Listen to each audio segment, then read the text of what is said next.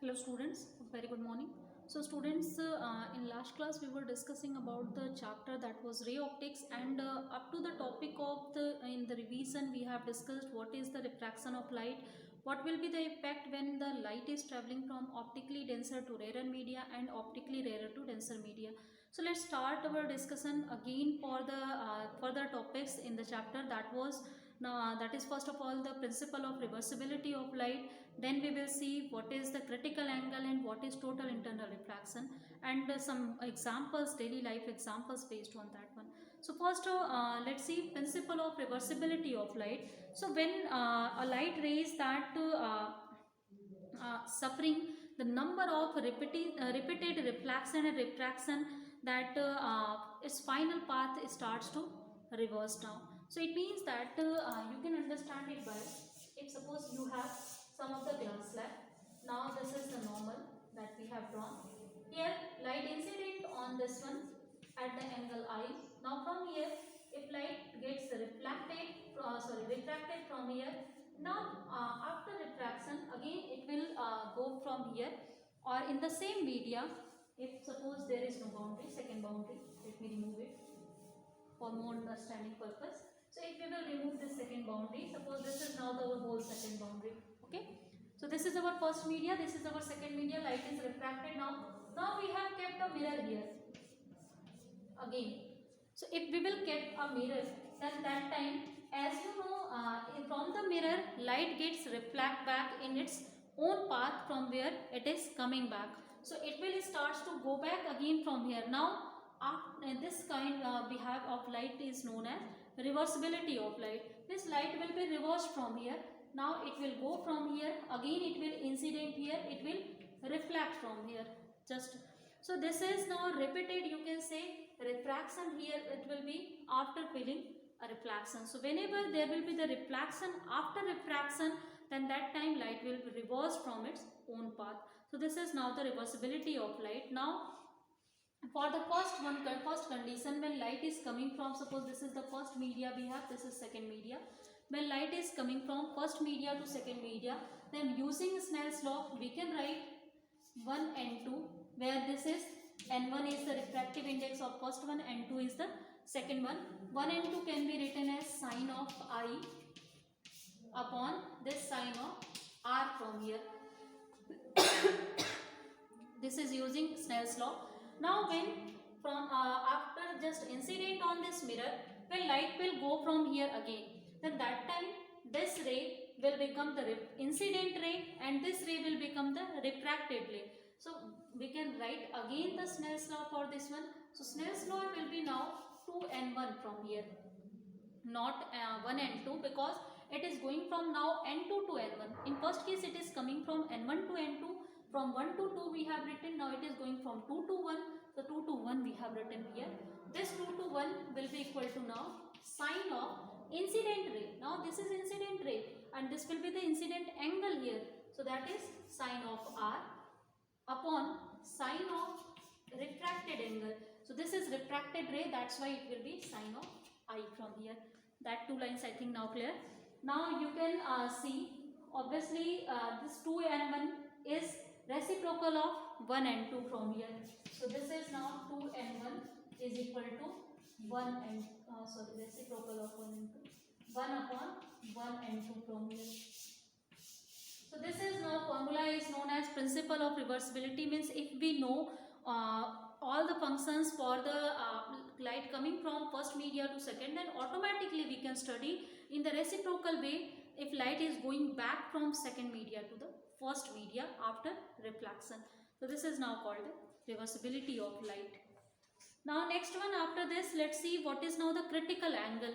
So critical angle is what, whenever light will suffering refraction process and we are changing the incident angle there, then some different phenomena we can see now. Let me just show this one. Now suppose this is your first media and this is now second media. So on this first media, if light is just going here, so light if it is incident on some angle, then obviously if surface is not polished, then it will go back in another media, and suppose this is now the denser media. One important condition is this is denser media, this is now the rarer media. The first media should be denser, second media should be rarer. So we know that whenever light is going from denser to rarer media, then it go away from its normal. So it means that it will go away from normal. Here this is the R, now that is refracted ray. Again, if we will increase this in angle of incidence, means now light will incident at greater angle than before. This angle of I, it will incidence now. Suppose I dash is the angle of incidence now. So angle of refraction, it will also change. And again, if light is going from denser to rarer, its angle of refraction will be greater than the angle of incidence, and it will be also greater than before now. So this is, suppose R dash is the angle of refraction now. Now let's see the third case. Again, if light we are to make incident at greater angle, again angle of incidence we have increased again now. So due to increase in angle of incidence, again the angle of refraction that will increase. Suppose this is I double dash, this is R double dash. Now again, if we will increase the angle of incidence, so for a particular angle of incidence, you can see light will go along this normal, along the surface of or interface, means it will start to go there. So this is now again angle of refraction will become 90 degrees exactly here. Now this angle is known as critical angle at which the angle of refraction becomes 90 degree. Now if we will increase again a slight increase in angle of incidence beyond this angle, critical angle, then light is again the angle of refraction will increase. Now in the next case you can see if we will again increase this angle of incidence, suppose I got this, then that time this light will, this is angle of refraction now, this will again increase, but you can see now the light gets reflect back in its own media, means through the refraction we can get reflection process also, and this is now known as total internal reflection. Means if continually we start to increase the angle of incidence, then an angle we will get for that one, the angle of refraction becomes 90 degree, and if a slight change beyond that angle we will do, then that time light will return back in its own just media, then that phenomena is known as total internal refraction. So I think that is now clear, and this process we can get only in a certain condition when light will go from denser to rarer. We cannot get this condition when light will go from the rarer to denser media. Only in the condition of denser to rarer we can get this phenomena, whenever the angle of refraction that will continuously increase whenever light is going from there. And the second phenomena, if we will increase this angle beyond the critical angle. So for every surface we know the critical angle, and if light is incident greater than critical angle, then that time total internal reflection we are getting now. Now next one, let's see, we are also calling it TIR in short form. So let's see the natural uses or nature and its technological applications in our daily life. The total internal reflection there where we are using. The first one in natural, if you will see the uses, that is mirage. So mirage is what? In deserts sometimes it appears that somewhere water is present. So that is because of the total internal reflection. So it is obviously, we are calling also it optical illusion. So it is optical illusion that is occurring in desert and on roads on the hot summer days. You have felt that also on the roadside. Some tall objects such as trees that appears to be inverted also, and due to mirage the person get the wrong impression of water. On hot summer days the air near the ground that becomes hotter than the air at higher level. So the refractive index of air decreases with its density. If density will decrease, then that time it will also decreases. Now hotter air that you can see, that is less dense in comparison to cooler air, then the refractive index obviously that will also change for hotter air and cooler air. Now if the air current that are small, and that is the air is still the optical density that at different layers of air increases with height, then as a result light from a very tall object such as trees that passes through a medium whose refractive index decreases towards the ground, then we can say that light is coming from denser to rarer media now. So in that case, obviously continuously the refractive index is decreasing, so that the same procedure will be here. Continuously light will suffer refraction, its angle of refraction continuously it will increase, and ultimately a condition will occur when light will reach to its critical angle, and again it will go beyond the critical angle, and total internal reflection phenomena we will get, and we will see the inverted image of the tree. So let me show it by ray diagram also. Here whatever the diagram we are making, that is called ray diagram. So for that case now, if you will see in normal situation, then for that normal situation, if suppose this is now the tree that is standing here, and a person is standing now here. So this is the eye of the person through which it is seen. So the light you can see now, the light coming from the trees that is coming here, and as the density of the air that is not changing, then continuously we are seeing trees in the shape as it is now. But what will be if there will be the change in just density due to the summer days now? So as due to summer days, the ground air becomes hotter, their density start to change, their refractive index start to change, means the down layers will have less refractive index in comparison to the upper layers. Now when light will come here to the person eye, then that it will suffer continuous refraction here. Suppose this is now the height of the tree here up to this one. This is height of the tree. Now light is coming from this tree to the eyes of the person, then that time continuously it is suffering here refraction. So if it will suffer refraction, then that time it means that it is coming from denser to rarer media, and just how I have told you, when light will come from denser to rarer media, then that time angle of refraction will continuously increase.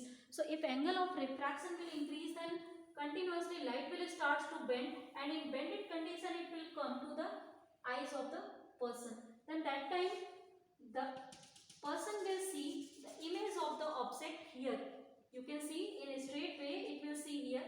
Now it means that the tree will appear in this way to the just man. So it means that this human will see the tree in this inverted form, not in its just original or real form. So this is now known as again the condition of optical illusion, we are calling it mirage. And the same situation occur for the water in deserts also, or water on the roads also. So this is now known as the first condition, that is mirage. That is the natural phenomena. It occurs in summer days when there is the very change in a very increase in the temperature occur. Now next one, the second phenomena, that is called looming. So what is the looming phenomena? This is again the optical illusion that occur in very cold places, and where we are seeing object that is just floating in air. So in this situation, how we are seeing object that is in its inverted form, there we are seeing object in air. So sometimes it is again just optical illusion occur. Reason is that there the air is very cold. Due to the decrease in temperature, the near Earth's ground airs that becomes more dense in comparison to the upper airs, upper level layers of the air.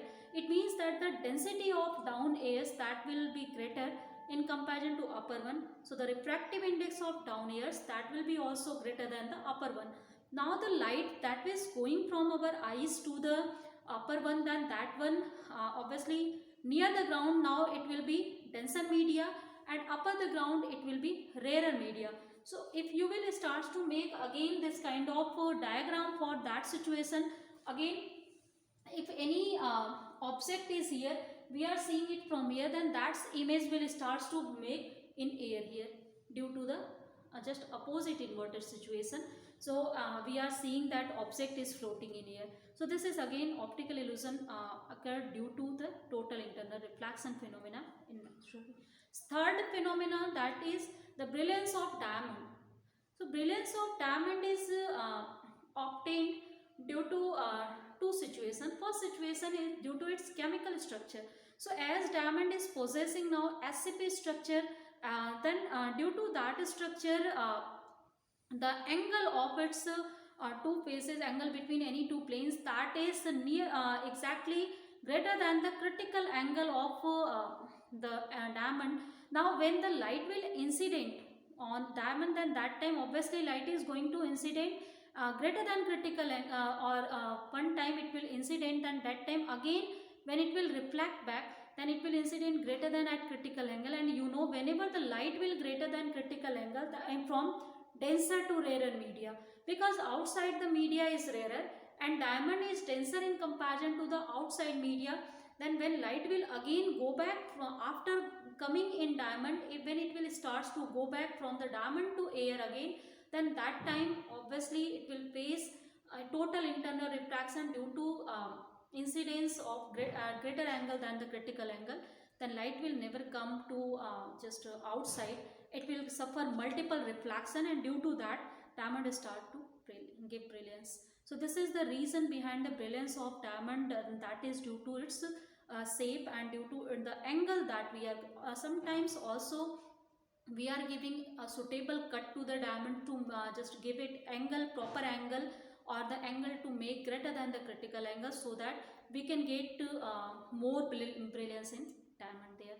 So polishing and cutting also a very important part of the diamond to get it as more brilliant. Now next one, these are three, you can say this is the natural examples of total internal reflection. We have also made optical fiber and artificial things in our daily life. We have used the technology of total internal reflection to send our data from one place to another place through the just optical cables that we have designed for that communication purpose. So that is now one more example of the total internal reflection. Let's see the process in which optical fiber is working. So first of all, optical fiber, we are using thin tube of transparent material that allows light to pass through it.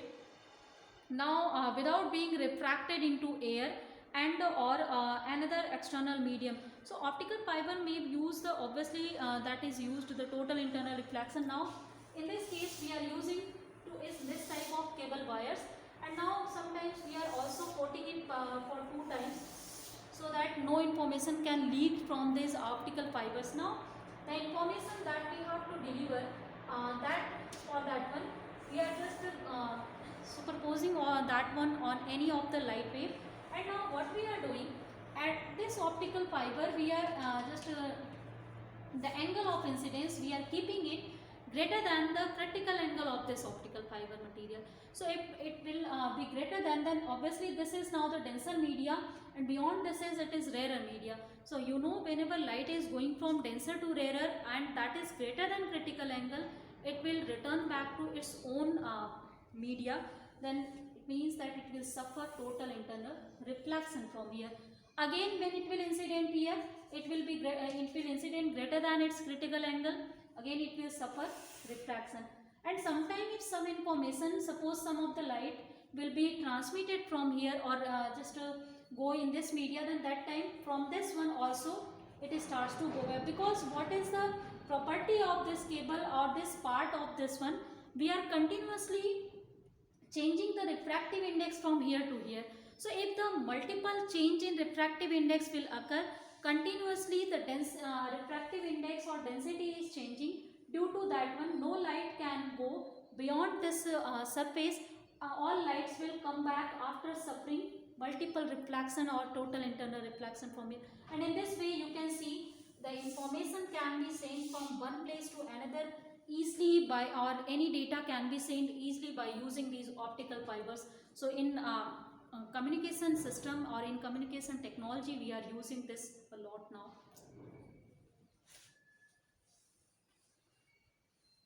Now next one, after this total internal reflection information, next thing in refraction, let's see one more example of this is now the prism also. So later we will see the topic of prism in more detail, then that time also total internal reflection I will say you, when it will be total this field total internal reflection in prism there. Now let's start our now topic of refraction here. So by just geometrical rules, how can we formulate some formulas for lenses and other thing. So lenses, what here, the instruments or devices that refract light, that allow to pass the light through that one, and they are suffering to a refraction process, then that is known as lens. Now let's see, before that one also, to make lens we are using spherical surfaces. So if light will incident on any spherical surface, suppose a single spherical surface we have, light is incident on that, then what will be the formula for the refraction of light at spherical surface? So let's see that one. So for that one, suppose we have one spherical surface in this way. So this is now the spherical surface. First let's see the some object that is kept on this axis. Now some more definition are needed here. This line that you are seeing, that is passing through the middle point of this spherical surface, the middle point of this, that is known as pole of this one. So that is called pole of the lens or pole of the spherical surface. Now the line that is axis that is passing through this pole, this is known as principal axis.